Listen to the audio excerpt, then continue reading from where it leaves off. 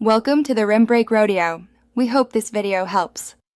In this video, I will explain how to make pudding from a packet.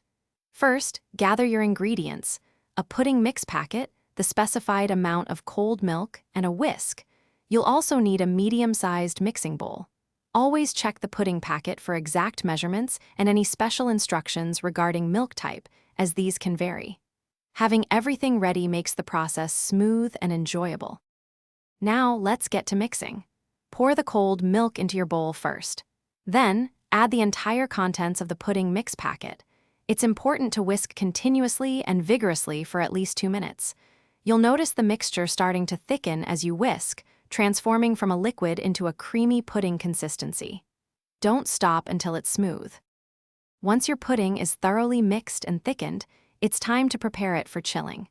Carefully pour the pudding into individual serving dishes or a larger bowl. Place it in the refrigerator for at least 5 minutes or until it's fully set and cold. This chilling time is crucial for the pudding to achieve its perfect texture. Enjoy it plain or with your favorite toppings. Here are some extra tips to elevate your pudding experience.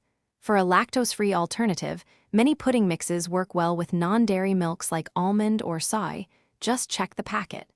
You can also customize the flavor by adding a dash of vanilla extract or a pinch of cinnamon during mixing.